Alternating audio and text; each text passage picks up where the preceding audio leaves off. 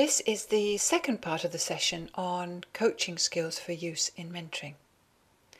And in this session we're going to look at setting goals and giving feedback.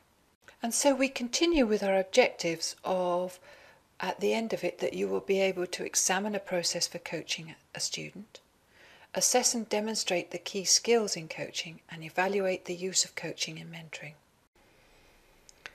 We've looked at the skill of asking empowering questions in the previous session, and now we're going to explore goal setting. You'll want to help your students set goals. So what's the advantage of doing that? Well, firstly, setting a goal gives focus and direction, and that is important, particularly if you're new to an organisation.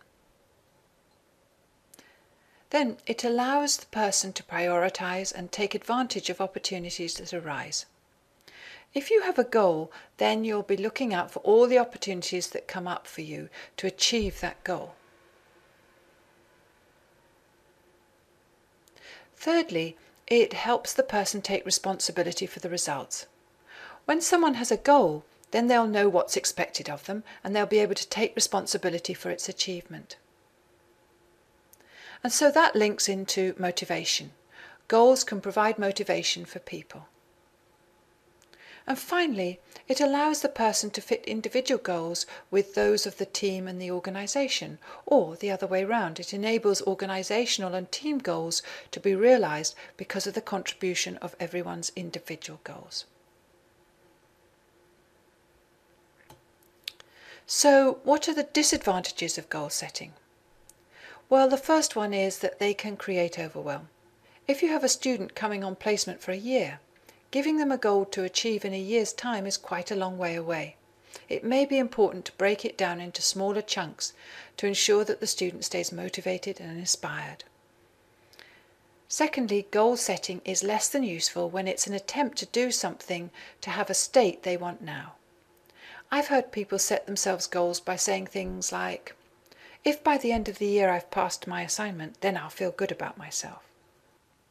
In saying this, they are saying firstly that they don't feel good about themselves now, and secondly that they're going to wait a year in the hopes that they pass the assignment to get that feeling that they want. You can have a feeling now. You don't need a goal to get it. And what are the chances that they're going to do much better in the assignment if they feel good about themselves now, rather than feeling bad about themselves for a year? In these circumstances, it's much more useful to help the student change their state now, rather than set a goal that may or may not change their state in a year's time. I'm sure you've heard of SMART goals criteria. It's thought that if you set goals in this matter, you're more likely to achieve them. You may want to think about whether this is so for you and for other people you know. When does SMART prove to be really useful and when does it not? So when you're helping people set goals, it's often useful to be quite specific about what they want, because that allows them to focus on what they want and to look for opportunities to get them to achieve the goal. If it's a goal and not a state that the person wants, then it's quite important that they have some way of knowing when they've achieved it. Here again, it's very useful to work from the person's own model of the world on this, because the evidence that they may want could be different from the teams or the organisations, and you'll want to take that into consideration. There are differences of opinion about the achievability bit of SMART. Some think that goals should be challenging and, in fact, be way beyond what is achievable, because that way people will inspire themselves to get the challenging goal rather than the one they know they can achieve. And that's often more than the one they thought would be achievable. I know a company that always does this every year, and their growth has been exponential. So let's say an achievable outcome would be increasing sales by 10% from 100,000 to 110,000. And they achieve that and no more, because in their minds that's as far as they need to go. If, however, they set themselves a goal of increasing sales by 50%, from 100,000 to 150,000, and even though they don't achieve the target, but because of the pull of the target they've reached 130,000, they've done better than the achievable outcome. Other people think that this is demotivating because people may get despondent about not reaching the goal, and that people like goals when they know they're likely to get them. And of course there's no right or wrong in this. It depends on the situation and how the goals are set and implemented, and on the person. It is important that the goals are relevant. I remember one hotel I worked in, and they set sales targets for the staff in the restaurant. And that was fine, except only the restaurant manager and his 2 assistants took orders from the customers. So they were the only ones that were able to influence the result. It was largely irrelevant for the rest of the team. They had no influence on the sales. And lastly, linked to the goal being measurable, it's useful that it's time-bound. You can set a goal to draw up a new set of standards, but if there's no time limit on it, then it could be done in a week's time or 10 years' time. So what sort of questions will you ask your student to set inspiring goals? Well, here are some examples. What do you want? Or how do you want to be different? It's important that a goal is about something someone wants rather than something they don't want. This is because of 2 main reasons. Firstly, as we have already thought about, what we focus on is what we get. And the second is that our unconscious minds find it less than easy to process negatives and words like don't. So right now, whatever you do, don't think about a purple elephant, and don't put yellow spots on that elephant. What happens? You have to think about it in order to do the not bit. So if someone says to you something like, I don't want to be in conflict with my boss anymore, the unconscious mind has to focus on conflict with the boss. And if that's what they focus on, that's what they are likely to get. So in these cases, ask them how they would want to be different, so that you get an outcome that may be something like, I want to work well with my boss. Then they will start to focus on working well with the boss rather than conflict. Another question is, how will you know when you're succeeding? How will you know when you're on track? What will you measure? The purpose of these questions is to set milestones and to break the outcome into small chunks. Then there is, how will you know when you've succeeded? What will you hear, see and feel when you've achieved it? What is it like when you feel like that? These questions are very important in inspiring someone.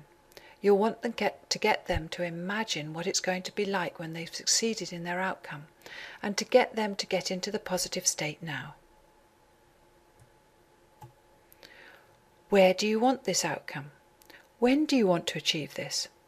These questions help make the outcome specific. There may be instances where there are particular places and times when they don't want the outcome. Some people will, for instance, set an outcome for work that they don't want to carry over into their private lives. Then there are questions like, how does this goal fit in with your other goals? Who else will be affected by this goal? These questions are about ecology. We are part of a system, and in setting goals, it's important to think about the impact on the rest of the system. For example, if you're going to go for promotion, it may mean you're studying for a qualification, and that could impact on your home life.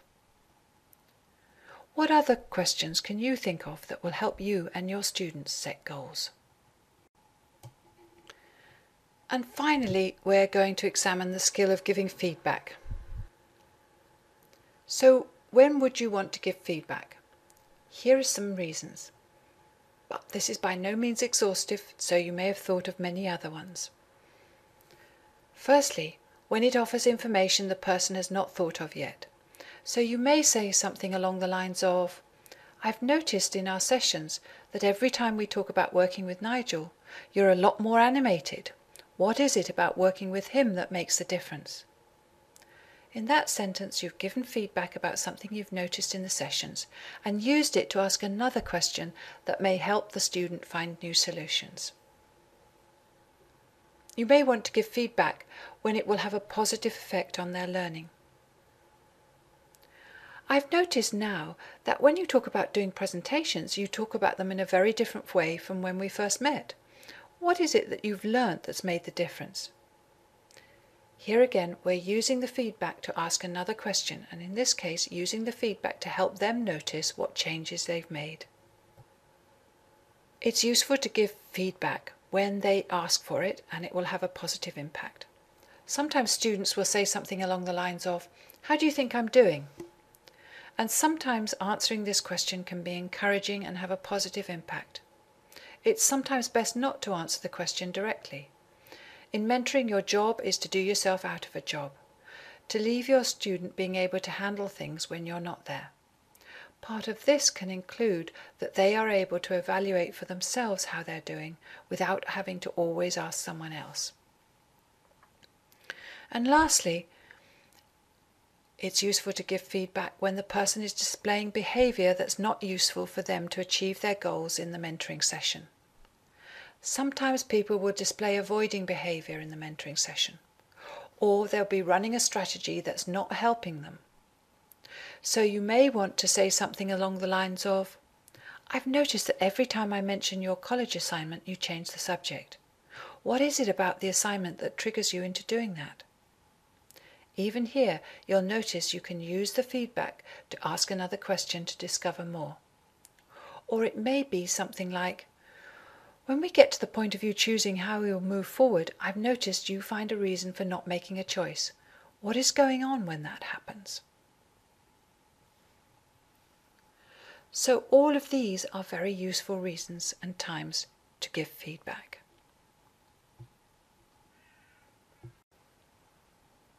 Here are some tips that may help with giving feedback. Ask the person to comment first.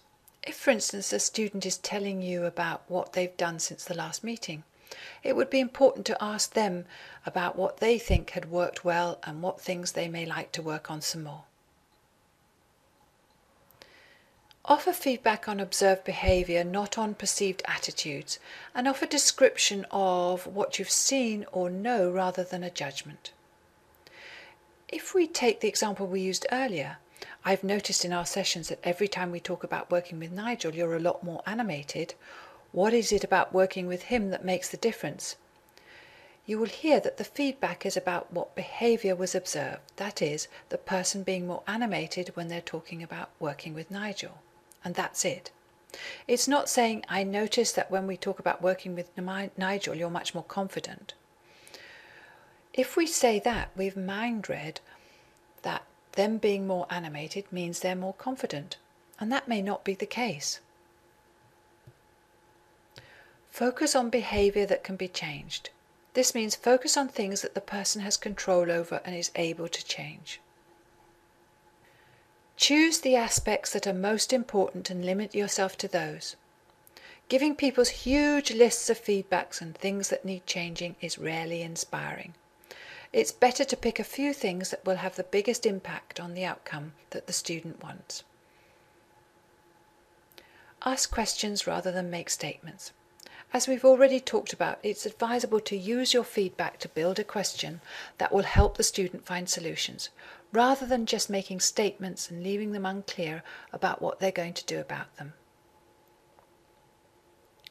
Comment on strengths as well as areas for improvement. This and the previous tip are based on the premise that people don't like receiving feedback, and it's something you may want to think about when you set up the relationship with the student.